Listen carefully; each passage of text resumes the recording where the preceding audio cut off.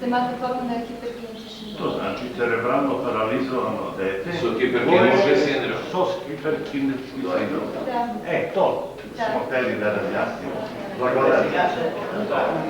Znači, kao forma u literaturi ne. Molim?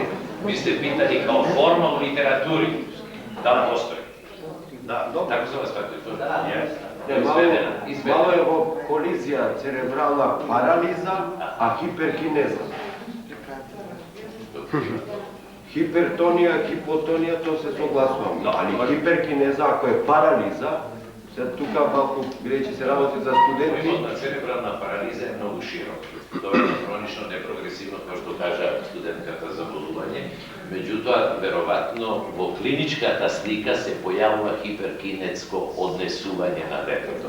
Taka li je raspravljao izlaganje? Tako smo i mi shvatili da smo hteli da vidimo kao forma na cerebralna paraliza ne je poznata.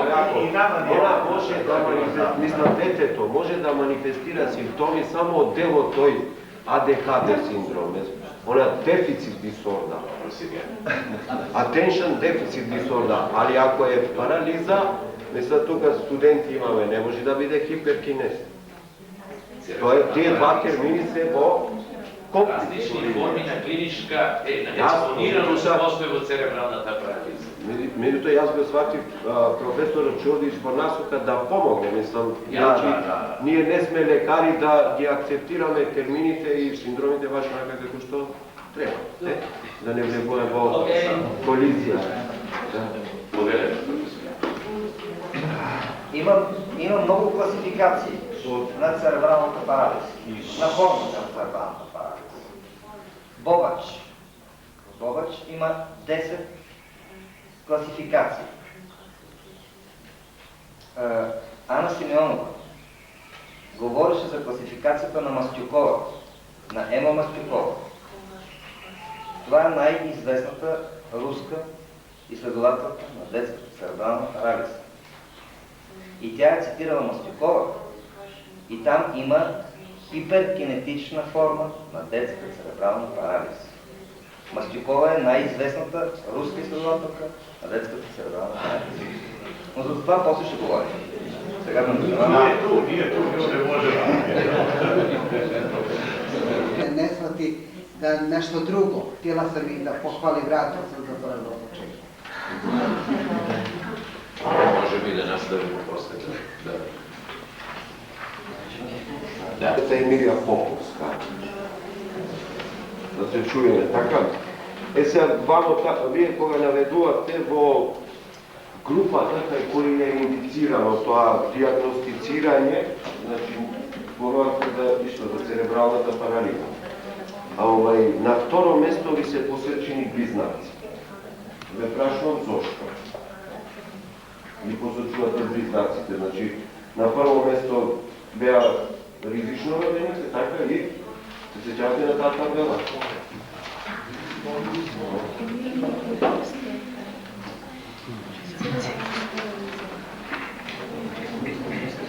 Емилија Поповска.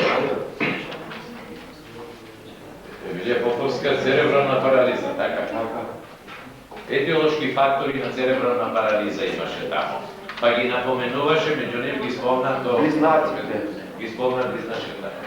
Можеш да говориш? Аз мислам да те поразговараш. Како?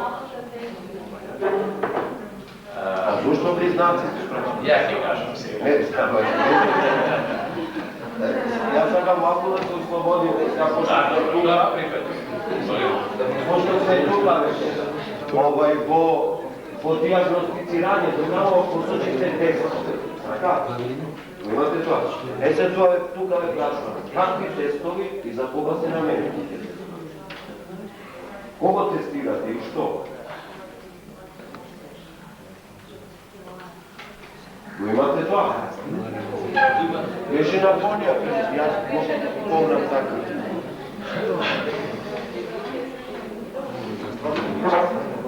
Сега да поразговараме. Ако сакаш извади етиолошки фактори се пре, пери и постнаталните фактори, значи преконцепцијски период во текот на породот и после породувањето. Близначката бременост е една од етиолошките фактори во церебралната парализа. Меѓутоа не близначка бременост на здрави, прави близнаци родени со, да кажеме, по 3 кила во нормални услови. Ризична близнаци како ризичен фактор, она го испомена това, недоносени, асфиктични и така натаму. Процентуално, близначката бременост секогаш е крстозбор енигма и за самиот пород. И затоа ги она спомнува близнаците. Ако пратевте излагањето на една од, мислам на Кафтирија беше, нели? Во попреченоста на децата, близначката бременост не зазима многу висок процент. Не зазима. Меѓутоа, секогаш е крстозбор и тука треба да се обсервира. Ти спомна некои тестови, нели? Тоа е прашање. Ја не можам да се сетам за кој период стануваат тие тестови, за кој период, сигурно дека е за покасниот период. Меѓутоа, сигурно дека постојат груби скрининг методи,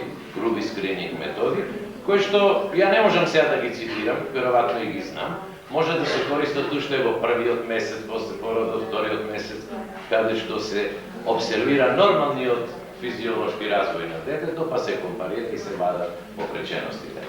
На тоа си мислела сигурно. А за близначката бременост, то најодговорно го тврдам, секогаш 3 до 5% по светска статистика близнаци носат опасност од отстапување во развој за разлика од едно дете. Колега Горачи, тука ќе бија меѓутоа ова што го зборуваше професорот Чордич, мислам, она што е фак на лекарите, нека биде фак на лекарите, дали се разбира. Меѓутоа, земаме предвид дека нашите студенти сепак не се дипломирани дефектолози и во нивната настава, они што го слушнале, нешто што ги поттикнало на размислување за апсолутен респект. Од тој аспект, мислам. Mogu samo nešto dodati ovome. Ja sam oduševljen odbranom profesora i navezom profesora i studenta, a u suštini ja smatram da je ovo pitanje sasvim pedagoško pitanje, a ne treba nam razlagati sad je to ili nije. Mi to znamo. Ali da je to bila primedba ili pitanje da se student snađe u prostoru, u vremenu, što je sasvim u redu i adekvatno. I ne treba niko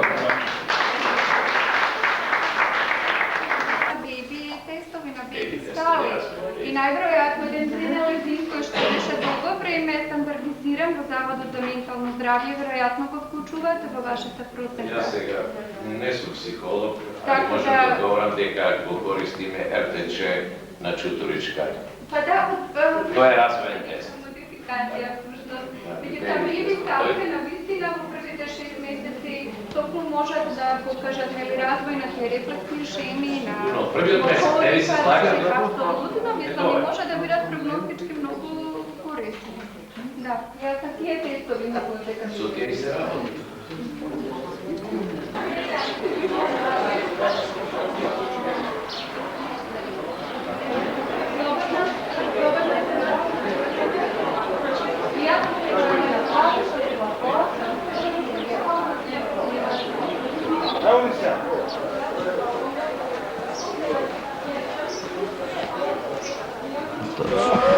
Ще го спаси живота.